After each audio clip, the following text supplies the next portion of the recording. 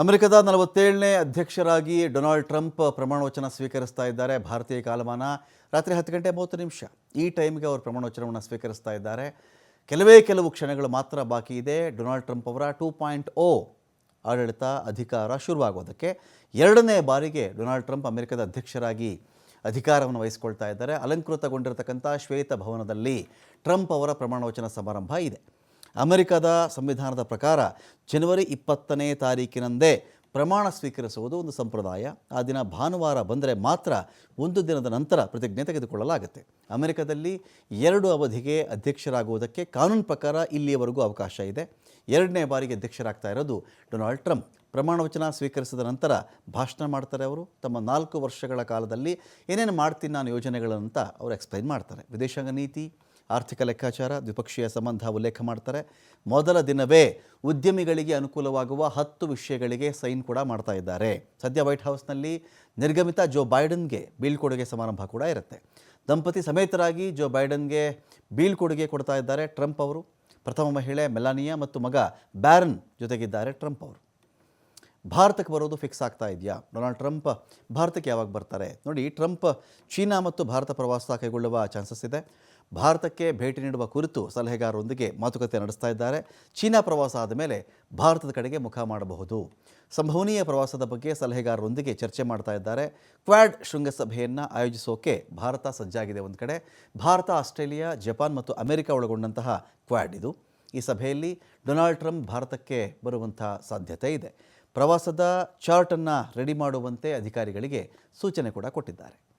ಇನ್ನೊಂದು ಕಡೆ ಆಯ್ತಪ್ಪ, ಅಮೆರಿಕದ ಅಧ್ಯಕ್ಷರಾದರೆ ಏನೇನು ಫೆಸಿಲಿಟಿ ಸಿಗುತ್ತೆ ಅವ್ರಿಗೆ, ಸವಲತ್ತುಗಳೇನು, ಅಂಥ ದೊಡ್ಡ ಪೋಸ್ಟ್ ಅದು, ಆ ಮನುಷ್ಯನಿಗಿರ್ತಕ್ಕಂಥ ಅಧಿಕಾರ ಏನು, ಸವಲತ್ತುಗಳೇನು ಅಂತ ಚೆಕ್ ಮಾಡಿಕೊಂಡಾಗ ನೋಡಿ, ಅವ್ರಿಗೆ ಸಿಗೋ ಸಂಬಳ ಸವಲತ್ತುಗಳ ಬಗ್ಗೆ ನಾವು ಮಾತನಾಡೋದಾದರೆ ಎಲ್ಲರಂತೆಯೇ ಅಮೆರಿಕಾದಲ್ಲಿ ಅವರು ಕೂಡ ಒಬ್ಬರು ಸರ್ಕಾರಿ ಉದ್ಯೋಗಿ.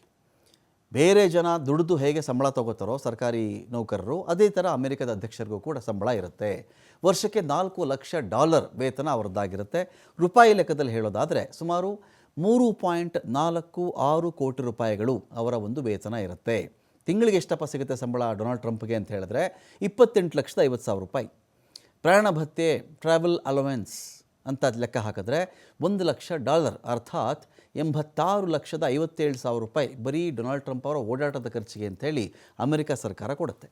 ಇವರಿಗೆ ಎಂಟರ್ಟೈನ್ಮೆಂಟ್ ಅಲವೆನ್ಸ್ ಅಂತ ಬಂದಾಗ $19,000 ಕೊಡುತ್ತೆ. ಸುಮಾರು $16,40,000 ರೂಪಾಯಿ. ವೈಯಕ್ತಿಕ ಮತ್ತು ಅಧಿಕೃತ, ಪರ್ಸ್ನಲ್ ಆ್ಯಂಡ್ ಅಫಿಷಿಯಲ್ ಈ ವೆಚ್ಚಗಳಿಗೋಸ್ಕರ $50,000 ಅಂದರೆ ಸುಮಾರು $43,28,000 ರೂಪಾಯಿ ಕೊಡ್ತಾರೆ.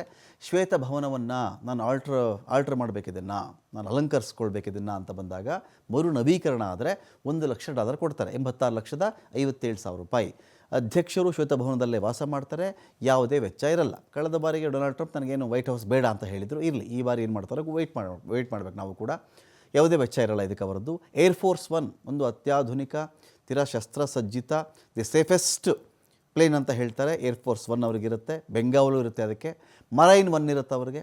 ಶಸ್ತ್ರಸಜ್ಜಿತ ಲಿಮೋಸಿನ್, ದೊಡ್ಡ ಕಾರುಗಳು, ಲಿಮೋಸಿನ್ ಫ್ಲೀಟ್ ಸೇರಿದಂತೆ ಸುರಕ್ಷಿತ ಸಾರಿಗೆ ಇರುತ್ತೆ. ಬಾಂಬ್ ಹಾಕಿದ್ರೂ ಕೂಡ ಆ ಕಾರ್ ಏನೂ ಆಗಲ್ಲ, ಒಳಗಿರ್ತಕ್ಕಂಥ ಅಧ್ಯಕ್ಷರಿಗೆ ತೊಂದರೆ ಆಗಲ್ಲ ಅಂತ.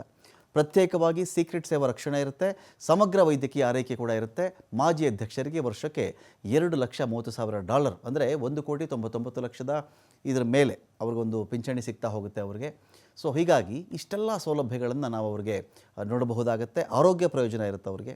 ಆರೋಗ್ಯದ ವಿಚಾರದಲ್ಲಿ ಕೂಡ ತುಂಬ ಕೇರನ್ನು ಮಾಡಲಾಗುತ್ತೆ ಅವ್ರಿಗೆ. ಸೊ ಹಾಗಾಗಿ ಅಮೆರಿಕದ ಅಧ್ಯಕ್ಷರಾಗ್ತಕ್ಕಂಥವ್ರಿಗೆ ಇಷ್ಟೆಲ್ಲ ಅದ್ಭುತ ಸೌಲಭ್ಯಗಳು ಅವ್ರಿಗಿರುತ್ತೆ.